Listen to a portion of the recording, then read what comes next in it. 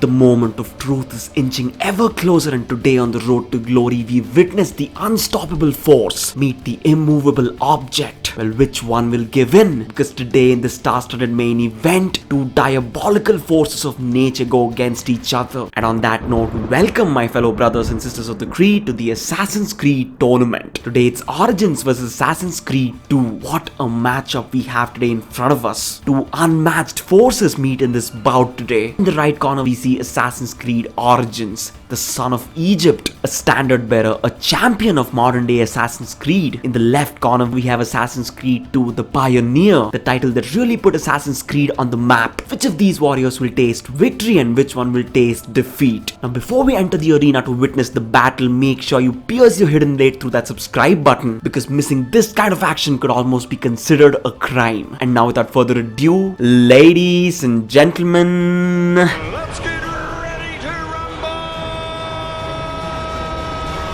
Origins vs AC2, here we go. Round 1 for the visuals. Now as good as Assassin's Creed 2 was for its time, does it even come close to Origins in the visual department? And the answer is no. And you knew it, didn't you? Origins is a modern day juggernaut. The visuals you see in this game are out of this world. If you haven't seen my Assassin's Creed visuals ranking, you must check it out, the links above. And Origins offers the kind of visuals that will make a man question reality itself. It's so convincing. Once you play this game, you'll feel like you visited Egypt at least once. Such is the impact of the game. Now, does that mean Assassin's Creed 2 sucks? Absolutely not. For its time, it was groundbreaking visuals. The Venice, the Florence, San Gimignano, it was all amazing. But it most certainly pales in comparison when compared to a visual masterpiece like Origins. Origins takes the first round. The amazing thing about this matchup is it's a modern day champion versus a legend. That makes this bout all the more interesting. Now let's get into the second round for the story. Both these games offered the players amazing stories, plots to die for. Be it Bayek's journey, one filled with sorrow, pain, loss, and vengeance, or Ezio's story of discovering his lineage and unlocking the doors to his destiny. The kind of writing we see in these two games, you don't even get to see in A-list Hollywood movies, such as the quality and excellence that we witness in these two games. But when you take the overall story into account, you realize that Assassin's Creed 2 has a story that packs a punch unlike any other, because every individual aspect of this plot not only makes sense but gives you an experience that'll be left with you for a lifetime. The first part of the story where Ezio loses his father and his brothers, and then the next part where he discovers what his true lineage is, and then the maturation and acceptance of Ezio's destiny, him coming face to face with Rodrigo Borgia, and then finally him coming face to face with Minerva in the very final scene. Every single part of the story can have a game of its own. Now that kind of writing, well, we might never see it again. Now does that mean that the plot of Origins sucks? Absolutely not. But when you break it down and compare individual aspects of the story of Origins, that of Assassin's Creed 2, you realize that it pales in comparison. AC2 takes the second round with an iron fist. They're both tied at 1 point each now. And now for the third round for the better character designs. Well, what do we see in the third round? Right off the bat, Origins connects with a nasty looking right. AC2 is down. But then again, I'm sure the veteran expected it, because if you've played Origins, you would know that the character designs are probably the best in the entire franchise. It's not just Bayek, Aya, Khemu, Cleopatra, Julius Caesar, Septimius, Apollodorus, they all look amazing. But then steps in the DLC, the unanticipated strike by Origins. Now I'm not talking about the Hidden Ones DLC, I'm talking about the Curse of the Pharaohs, Nefertiti, Tutankhamun, and my personal favorite, the diabolical looking Ramesses the Great, who in my opinion is the single greatest character design in this entire series bar none. I do not have words to describe how amazing I felt his character design is. It's out of this world, it literally is. Now can that level of quality be compared to Assassin's Creed 2's character designs? It's just unfair. But then again, everything's fair in love and war, and this is a war for the ages. And even though Assassin's Creed 2 would have more than held its own against any other opponent, the weight of Origins' excellence brings Assassin's Creed AC2 down on its knees. The third round is taken by Origins without a doubt. Origins at 2 points, AC2 at 1. And now for the fourth round, the combat. Assassin's Creed 2's combat, despite being a decent improvement over AC1's, we all have to admit that the RPG era has ushered in amazing combat if nothing else. The kill box style is not only effective against multiple opponents, it's all the more fun. And despite Origins just being the dawn of the RPG era, the combat in this game is definitely much superior than that of AC2. Another unanticipated kick by AC Origins, where the veteran has already absorbed too much punishment, and now Origins has a massive 2-point lead over AC2. Origins at 3 points, AC2 at just 1. Will it be able to recover from this brutal beating? Let's find out now in the fifth round for the better parkour. Despite what anybody says, Origins' parkour is definitely the second worst in the entire franchise. It's really unpredictable in a bad way. Even though it gives somewhat of a freedom to the players, at a point of time you'll realize that you're not really in control, because Bayek usually does parkour moves without you actually making any, and that's a huge problem if you ask me. But when you take Assassin's Creed 2's parkour into account, it was actually really smooth, nimble, and gave the players a lot of freedom to approach free running the way they wanted to. And even though Origins' parkour has the same quality, it's simply out of control. Well, clearly the creators had too much on their plate and they weren't able to cope up with that. But it is what it is, and AC2 definitely takes this round without a doubt, because it clearly has a neatly laid out systematic parkour that you can enjoy even today. And on the other hand, Origins' free running has nothing special to offer, and well, it gets punished for that, because AC2 snatches a point from Origins. Origins at 3, AC2 at 2. And now for the sixth round, the music, the soul of every game. And when you take the music into account, AC2 is a juggernaut that simply cannot be beaten under any circumstances. Even though Sarah Shackner has done an incredible job, Chessbucket has created something that's unparalleled. Be it the melody, the nostalgia factor, or quite simply the music suiting the current circumstances, it's all just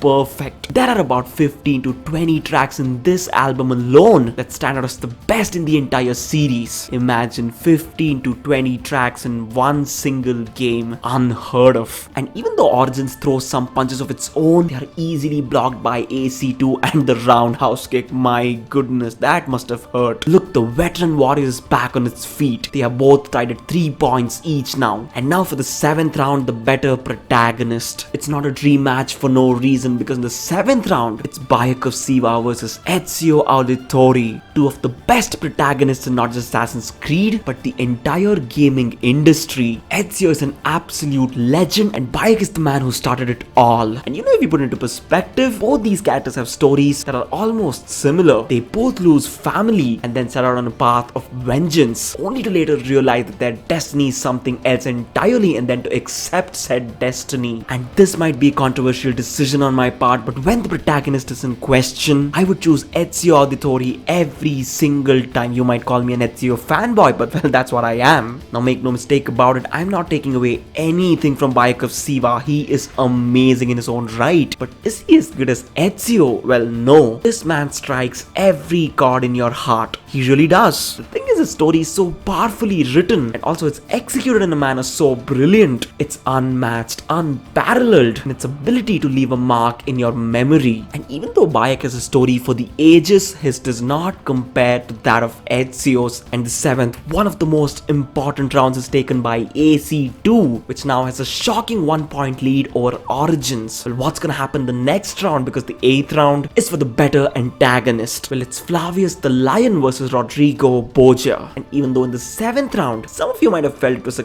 controversial decision, I'm sure all of you will agree with me when I say Flavius is no match for a beast that's Rodrigo Borgia. I mean, this man leaves a mark. He's just so meticulously written, and his character has been put on screen in such an amazing way. You really feel the power he holds over the Templars. It's either his way or the highway to hell, and he makes sure he rules the Templars with an iron fist. I can keep going on and on about how amazing Rodrigo Borgia was, but unfortunately, on the other hand, Flavius was barely memorable. He shows his face when the game is almost about to end, end. And with such a short amount of screen time, how can you ever expect him to be anything but a speck of dust in the grand scheme of things? It's just not possible. If the writers just gave him enough screen time, he might have made an impact, you never know. But that just didn't happen. So there's nothing more to talk of here. Assassin's Creed 2 with a massive 2-point lead. Origins at 3 points, AC2 at 5. And now for the 9th round, the better side characters. When it comes to side characters, Origins has the single greatest side character in the entire series, Aya of Siva. This woman is literally worth 10 side characters, I kid you not. She's a fan favorite and for good reason. This woman plays a part that's almost as important as Bayek's, and that's saying something. And then there's Cleopatra, Hemu, Hepzepha, who was terribly underutilized, and Apollodorus and some other characters. But on the other hand, AC2 has an entire army of side characters, I kid you not. It's an entire battalion. There are entire families dedicated to a certain clan, be it that of the Assassins or the Templars, the Borgias, the Barbarigos, the Pazis, the Auditoris, the list goes on and on. There are so many families, so many side characters, and they all have such an important part to play. They have literally constructed the game as if they were constructing a building. There are pillars and walls that hold up the structure, and every part of the structure is a vital one. And it really shows, because when you take out a character, it shows how much the city really changes. And with that many side characters, can Assassin's Creed 2 be beaten even by Origins, who has Aya? Well, it can't. AC2 shockingly takes the 9th round and with that takes the victory. Can you believe it? Origins is eliminated, AC2 wins. I never saw this coming, oh my goodness. But it's not like AC2 is the GOAT for no reason. I mean, come on. If anybody had the chance to beat AC2, it was Origins. And if even this Egyptian can't beat AC2, I don't know who could. But the match is not over yet, because in this tournament we give every warrior the opportunity to earn back some respect. So on that note, we hold the 10th round, the last round for the better ending. If you've seen the last preliminary match, AC2 versus Brotherhood, you realize the point I made still stands, because AC2 doesn't even have an ending. How can it ever be compared to an amazing ending like the one we witness in Origins? The way Bayek just walks away with so much pain in his heart because of the greater good. That kind of ending is unparalleled. It can probably never be replicated. The ending of Assassin's Creed Origins will stay in my memory forever. But then again, Assassin's Creed 2 wasn't even trying here because it couldn't. If you tie a warrior's hands behind his back, what can he really do? And even though Origins comfortably beats AC2 in the last round, the match is taken by the juggernaut Assassin's Creed 2, who moves on into the triple threat in the semi-finals. We have Unity versus Black Flag versus Assassin's Creed 2. Now that is gonna be an all-time classic. So hit that subscribe button so you don't miss any of this adrenaline pumping action. Before we end the video, I'd like to say this quarterfinal was a shocking one. I never thought AC2 could win, but that shows us the nature of this tournament. Anybody could come out on top at any time. One single aspect could change the course of the entire match, and that's exactly what we saw here. If you like the match, hit the like button. You should definitely turn on the notifications so you don't miss any of our new videos. If you have the time, please check out the channel. Well, that's it for today, guys. Stay safe, stay strong, and stay tuned. It's your boy VZX signing out.